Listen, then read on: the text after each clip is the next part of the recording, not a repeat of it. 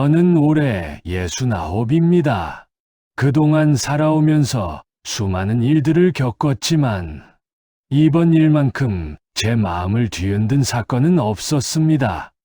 며느리가 몰래 돈을 모으고 있다는 걸 알았을 때 제 머릿속엔 오직 한 가지 생각밖에 없었습니다.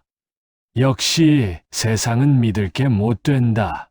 그때는 정말 그렇게 믿었습니다. 그런데 그 믿음이 얼마나 어리석었는지, 얼마나 제 자신을 부끄럽게 만들었는지 이야기를 들어보시면 아실 겁니다. 저는 퇴직 후 혼자 살고 있습니다. 아들은 서울에서 회사 생활을 하고 며느리도 맞벌이 중입니다. 손주는 올해 6살이죠. 며느리는 바쁜 와중에도 주말마다 반찬을 해와서 냉장고에 채워줍니다. 그런데 몇 달 전부터 며느리가 조금 달라졌습니다. 전화를 걸어도 잘 받지 않고 뭔가 숨기는 느낌이랄까요? 그날도 마찬가지였습니다. 며느리가 반찬을 두고 급히 나가길래 그냥 무심코 식탁 위에 있던 가방을 정리해 주려 했죠. 그런데 그 안에서 낯선 통장 하나가 나왔습니다. 잔고를 보고 저는 깜짝 놀랐습니다. 금액이 꽤 컸습니다. 저는 그때부터 며느리를 의심하기 시작했습니다. 아들 몰래 모은 돈이겠지. 요즘 이혼하는 집들 많다더니 혹시 그렇게 생각하니 괜히 며느리의 말투 하나하나가 의심스러워졌습니다. 며느리가 늦게 들어오면 속이 끓었습니다. 다른 사람 만나나? 아들 몰래 뭔가 꾸미는 건 아닐까? 그렇게 며칠을 보내니 마음이 점점 병들어 가더군요. 어느 날은 며느리가 저를 병원에 데려다 주던 날이었습니다. 검진을 마치고 나오는 길에 며느리의 휴대폰이 울렸습니다. 병원이라는 이름으로 문자가 왔습니다. 내용은 치료비 입금 확인되었습니다.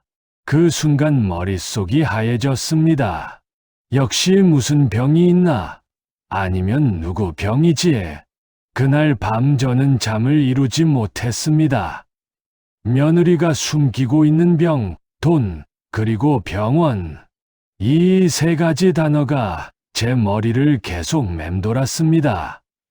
며칠 후 저는 결국 며느리를 몰래 따라가 보기로 했습니다.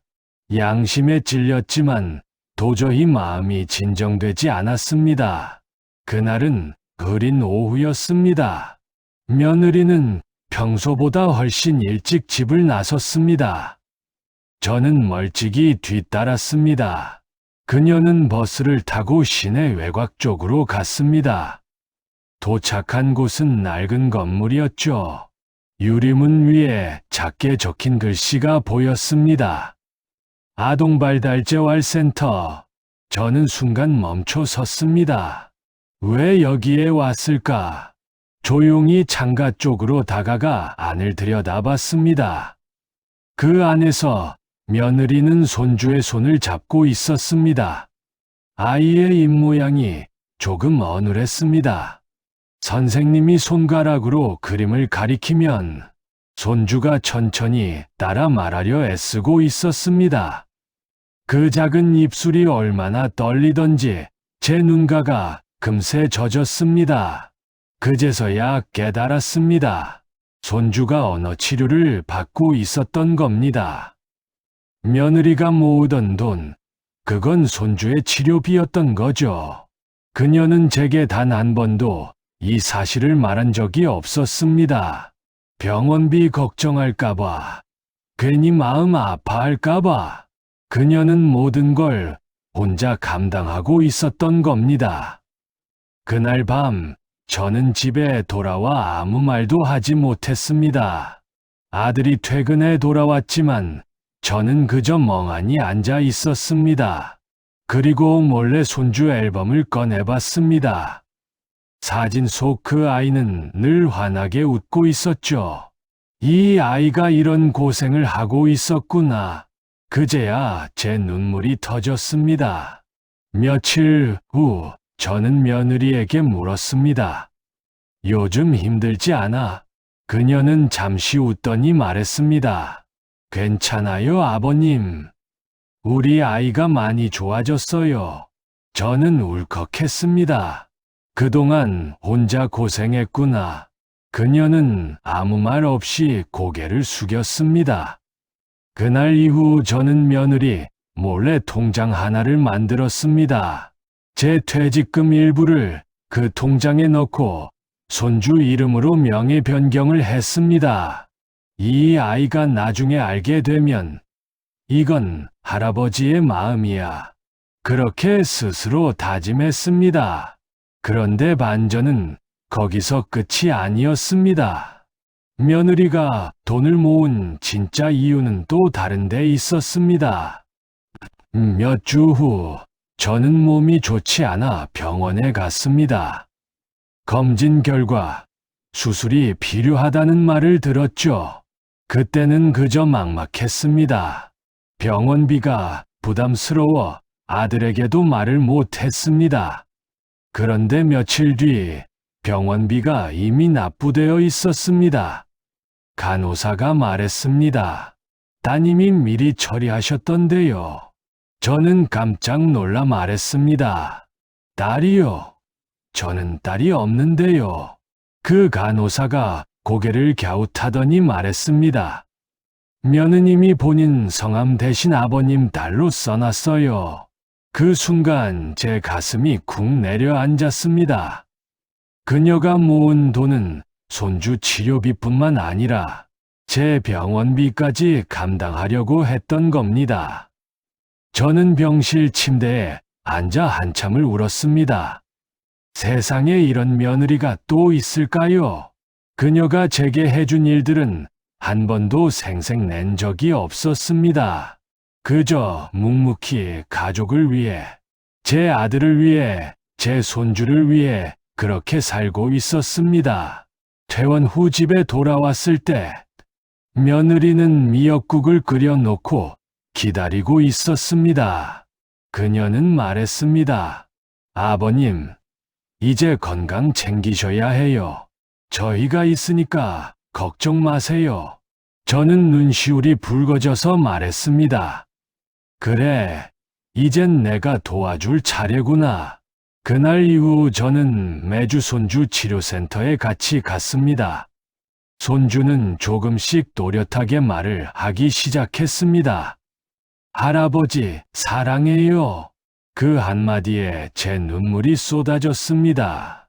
시간이 지나 손주는 유치원에 들어갔고, 며느리는 일을 줄이며 아이와 함께 시간을 보냈습니다. 아들은 더 열심히 일했고, 우리 가족은 그 어느 때보다 가까워졌습니다. 어느 날 며느리가 제게 말했습니다. 아버님, 저 그 통장 정리했어요. 이제 쓸 일 없을 것 같아요. 그녀가 말한 건 바로 그 비밀 통장이었습니다. 그 통장은 이제 필요 없었습니다. 손주는 건강해졌고, 저도 회복됐고, 우리 가족은 서로를 더 깊이 이해하게 되었으니까요. 저는 요즘 아침마다 감사 기도를 합니다. 그녀 같은 며느리를 만난 게 제 인생의 복이라는 걸 압니다. 처음엔 의심으로 시작했지만 결국 그 의심이 제 마음을 뜨겁게 바꿔놓았습니다. 이제 저는 며느리를 딸이라 부릅니다. 그녀는 저를 두 번째 아버지라 부릅니다. 그리고 손주는 매일 제게 와서 말합니다. 할아버지, 우리 같이 놀아요. 그 말을 들을 때마다 저는 웃습니다. 눈물 섞인 웃음이지만 그 웃음엔 행복이 담겨 있습니다. 며느리가 몰래 모은 돈의 진짜 이유를 알았던 그날, 저는 분명히 무너졌습니다. 하지만 그 무너짐은 제 인생을 다시 세웠습니다. 사람을 의심하던 마음이 믿음으로 바뀌었고, 미움이 사랑으로 변했습니다. 이젠 확실히 말할 수 있습니다. 사람은 겉으로 보이는 게 다가 아닙니다. 진심은 언젠가 반드시 드러납니다. 그리고 그 진심이 우리를 구합니다. 저는 오늘도 이렇게 고백합니다. 며느리야, 고맙다. 내가 내 딸이라서 나는 참 행복하다. 이것이 제가 오늘 전하고 싶은 이야기입니다. 오해로 시작했지만 사랑으로 끝난 이야기. 그녀의 이름은 세상에 알려지지 않겠지만 제 마음속엔 언제나 가장 고운 이름으로 남을 겁니다. 며느리가 몰래 모은 돈의 진짜 이유를 알고 오열했던 그날, 저는 진짜 가족의 의미를 배웠습니다. 그리고 깨달았습니다. 사랑은 말이 아니라 행동이라는 걸요. 글이 좋으셨다면 구독과 좋아요를 부탁드려요.